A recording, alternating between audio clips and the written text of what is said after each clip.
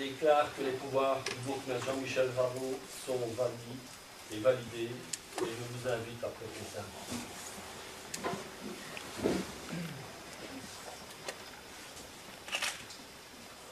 Je jure fidélité au roi, obéissance à la Constitution et aux lois du peuple belge.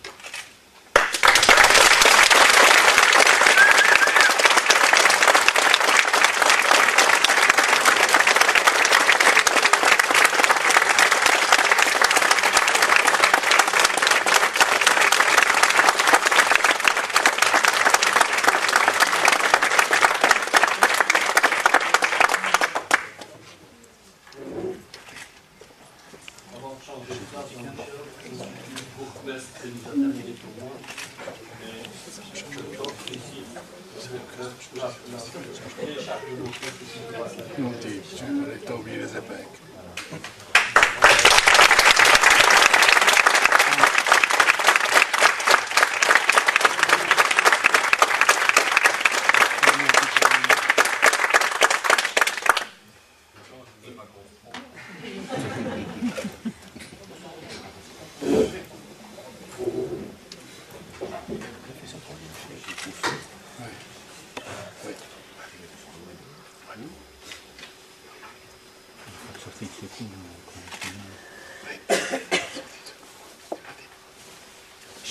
Chers amis, avant la prestation de serment des échevins, évidemment, un petit mot.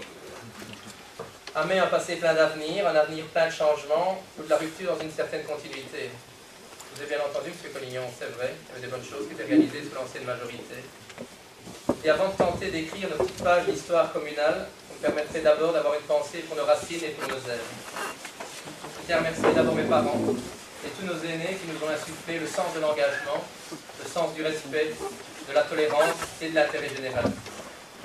J'associe le parrain de notre local, Jacques Moral, qui un soir de carnaval 92 nous a lancé un défi démocratique pour Amé. Et je compte évidemment sur ma petite étoile pour nous guider dans les jours les plus gris. Je tiens sincèrement à remercier également, et je rends hommage à mes prédécesseurs qui ont consacré heures et passion pour notre entité, avec des méthodes différentes, mais avec le même souci du bien commun. Je salue donc respectueusement les bourgmestres que j'ai connus et fréquentés dans l'écoute des différences. Maurice Dumont, nous Thirion, Jean-Marie Dumoulin et Robert Collignon, ainsi que leurs collègues et collèges respectifs, en ayant une pensée sincère pour ceux qui nous ont quittés. Lors des dernières élections communales, de nombreux habitants des différents villages ont souhaité exprimer un souhait de changement et leur désir de se projeter vers l'avant.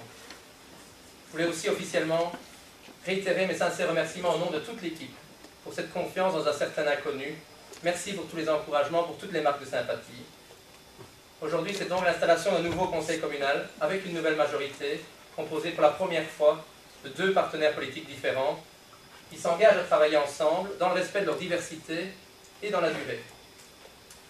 C'est une nouvelle équipe motivée, déterminée, enthousiaste, mais modeste, et consciente aussi de l'ampleur du défi. Oui, c'est vrai, au début, nous serons probablement des bleus de la gestion communale, nous serons probablement un peu verts sur certains dossiers, et probablement dans beaucoup de conseils communaux, vous aurez l'expérience de dire nous connaissions cela, on a mené cela, et probablement nous continuerons à poursuivre certains dossiers qui étaient positifs. Nous voulons d'abord écouter, réaliser un état d'inventaire des projets en cours, des moyens disponibles, et nous jouerons la transparence totale à l'égard de tous les citoyens. On l'a écrit à tous les habitants d'Amé, notre volonté la plus chère est de nous mettre au service de tous les Amétois, ceux qui ont voté pour nous et ceux qui n'ont pas voté pour nous, mais qui le feront peut-être la fois prochaine. Je rigole. Être attentif aux attentes et aux besoins de tous, dans le respect de chacun, avec la diversité des convictions politiques, philosophiques ou religieuses. Le contrat passé avec les Amétois durant la campagne, ce n'est pas de faire un petit peu plus de la même chose, mais bien d'incarner une certaine rupture dans le respect du travail déjà effectué, dans le dialogue et dans la proposition. En fait, pour préparer ce conseil, j'ai été relire ma première intervention au conseil communal de janvier 1995 que M. Dumoulin présidait. D'abord, nous y annoncions que c'est vrai, les deux petits vers débarqués au conseil communal, c'était la première fois, et on annonçait qu'on n'allait pas nous occuper uniquement des petits oiseaux et des petites fleurs, même si c'était important. On y annonçait surtout notre volonté de faire de l'opposition constructive, en soutenant les bons projets et en dénonçant que nous n'estimions pas positifs ou nécessaires pour la commune.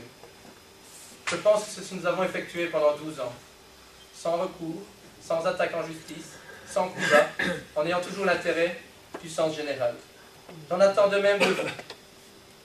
critique, voire dure, mais juste. Les mains tendues sont en tout cas nombreuses, car il n'est pas dans notre culture de jouer la partition partisane.